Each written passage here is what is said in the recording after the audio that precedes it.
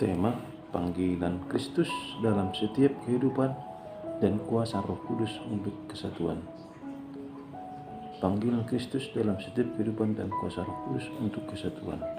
Selamat pagi jemaat yang terkasih. Puji syukur kita panjatkan kepada Allah Bapa, Yesus Kristus, dan Roh Kudus yang telah mempertemukan kita kembali di tempat kudus ini. Sungguh sukacita yang besar bagi saya, Abel Tarehoran, dapat kembali berdiri di hadapan Anda semua, bukan sekedar sebagai seorang pelayan, melainkan sebagai seorang saksi hidup akan kebesaran Tuhan. Kita hidup di dunia yang penuh dengan suara-suara yang bersaing, berbagai narasi yang seringkali menyesatkan, dan tantangan yang menguji iman kita setiap hari. Namun, di tengah semua itu, ada satu suara yang tak pernah berubah, satu kebenaran yang tak tergoyahkan, yaitu panggilan Kristus. Hari ini mari kita renungkan bersama bagaimana panggilan ini bekerja dalam hidup kita, dan bagaimana Roh Kudus memampukan kita untuk hidup dalam kesatuan yang sejati. Mari kita berdoa. Ya Bapa Surgawi, kami datang ke hadapan-Mu dengan hati yang terbuka dan pikiran yang rindu akan firman-Mu.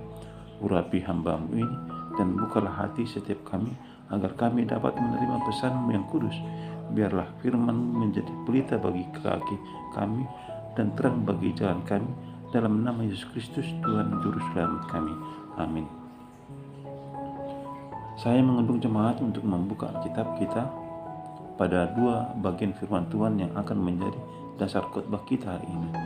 1 Yohanes 15 ayat 16. Bukan kamu yang memilih aku, tetapi akulah yang memilih kamu.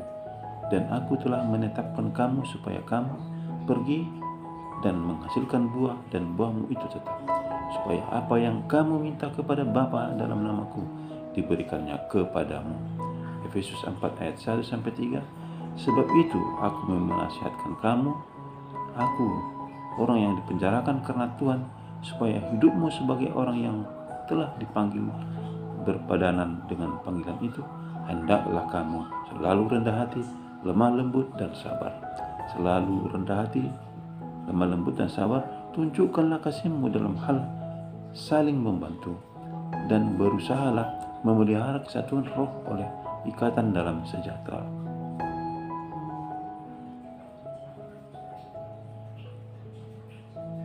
Dan berusahalah memelihara kesatuan roh oleh ikatan damai sejahtera. Dua ayat ini, saudara-saudara, berbicara tentang dua hal yang sangat mendalam, panggilan Kristus dan kesatuan roh. Yang pertama,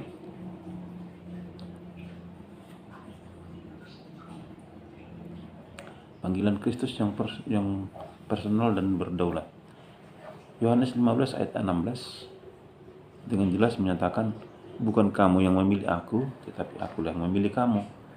Ayat ini menegaskan kedaulatan Allah, panggilan kita untuk menjadi pengikut Kristus, untuk melayaninya, dan untuk menghasilkan buah, bukanlah karena kebaikan kita, tetapi murni karena anugerahnya. Ia yang berinisiatif, Ia yang memilih. Panggilan ini, saudara-saudara, bersifat sangat personal. Izinkan saya berbagi sedikit kesaksian pribadi yang telah mengukir keyakinan ini dalam hati saya.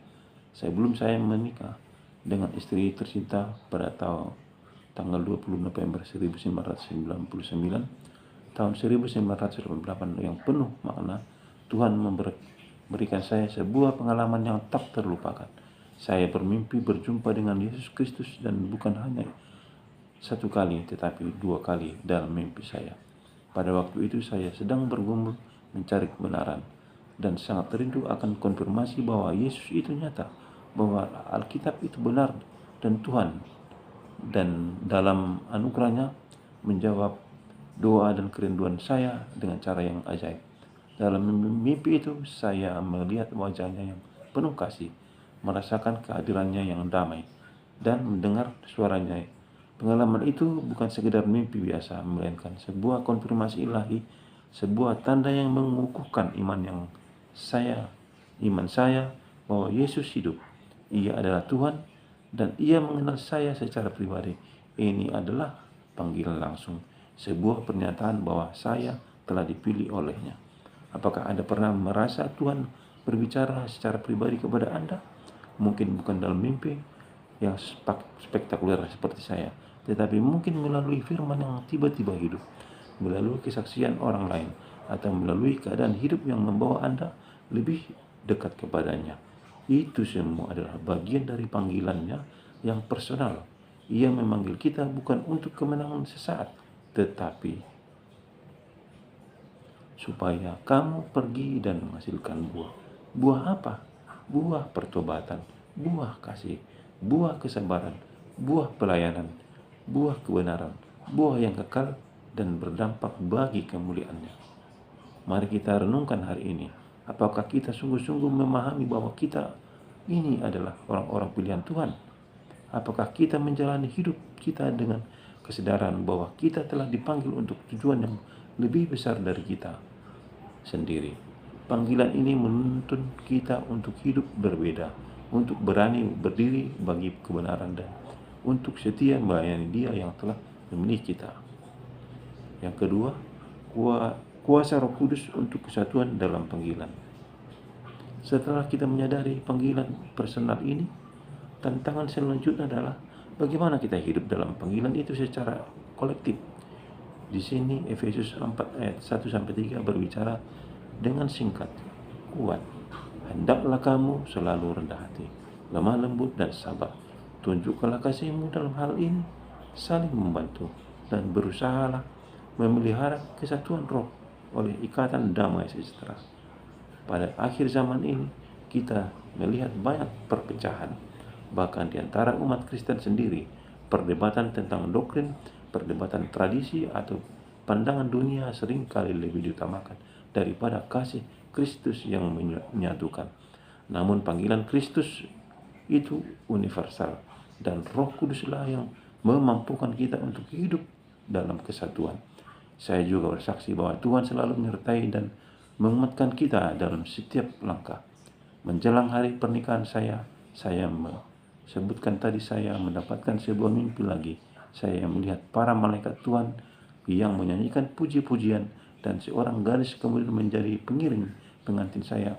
Mimpi ini adalah penegasan bahwa Roh Kudus dan bala tentara surga selalu hadir. Tidak hanya dalam momen-momen spektakuler, tetapi juga dalam perayaan kehidupan kita.